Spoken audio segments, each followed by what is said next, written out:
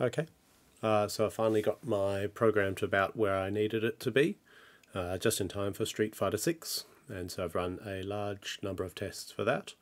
There have been a few people who've expressed interest in either using the program or the results or how they were obtained, and so I wanted to do a run through looking to explain some of that.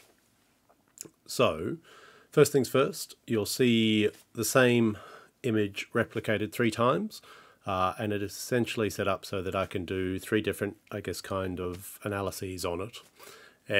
We'll keep it simple for this one.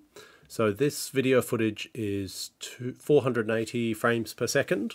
It's just capturing it straight off the screen.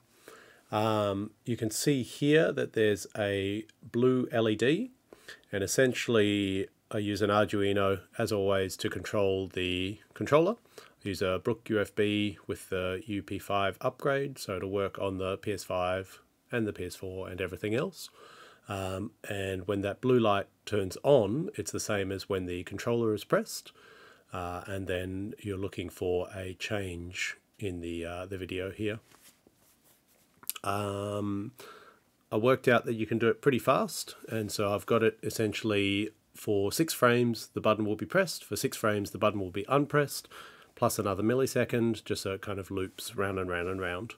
So for a minute 40 video, which is about, if that's 100 seconds, 480,000 frames, you'd get about 500 tests or so. There's a few keyboard shortcuts that I'll mention on the way through, but obviously if you're only watching this to see how it's captured, those aren't as important. It's more for people who might want to try it in the future. So we'll ignore this screen for now. That's more with my video interrupt method. I can use that. All we're doing today is comparing this screen with this screen. So what we want is when I push a button, so when this light comes on, we want to see how long it takes until this input appears. But we want the program to do most of the heavy lifting for us.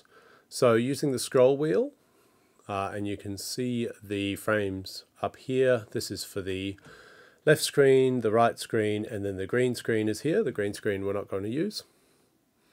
We'll just scroll through until the point where we don't have the light on anymore.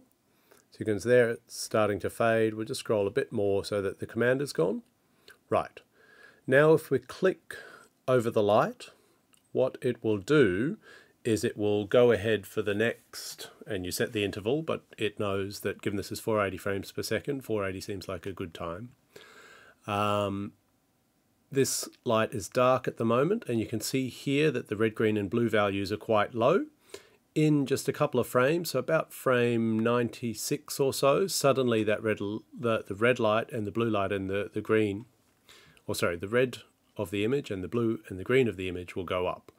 And so what we need to do is to essentially set a threshold so that when the blue value, and you can choose blue, green or red, but when the blue value is above this line, then we want it to say, okay, that's meaningful. Simultaneously, and this one's a bit harder, we'll click on this side. So this is where we start with a low, so that the blue and the green aren't as meaningful. Because this becomes a very bright light, essentially it's so bright it's almost white, so there's a lot of red, there's a lot of green, there's a lot of blue. It's not the same with this icon, where the red turns on, but it's only got a little bit of blue and green in it, and the blue and the green values don't really change, but the amount of red changes. So going from a darkish grey background, where, you know, there's a bit more blue than green and a bit less red, to a red icon where the blue and the greens don't really change, but the red jumps up a lot. So we scroll up our, and this is our cutoff.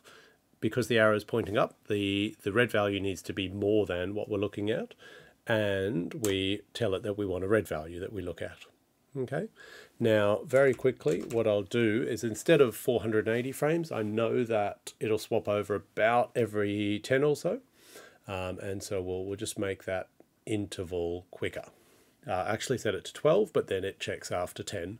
So if it gets a positive result, it records that, and then it jumps ahead 10 frames, and then it starts to look for another change.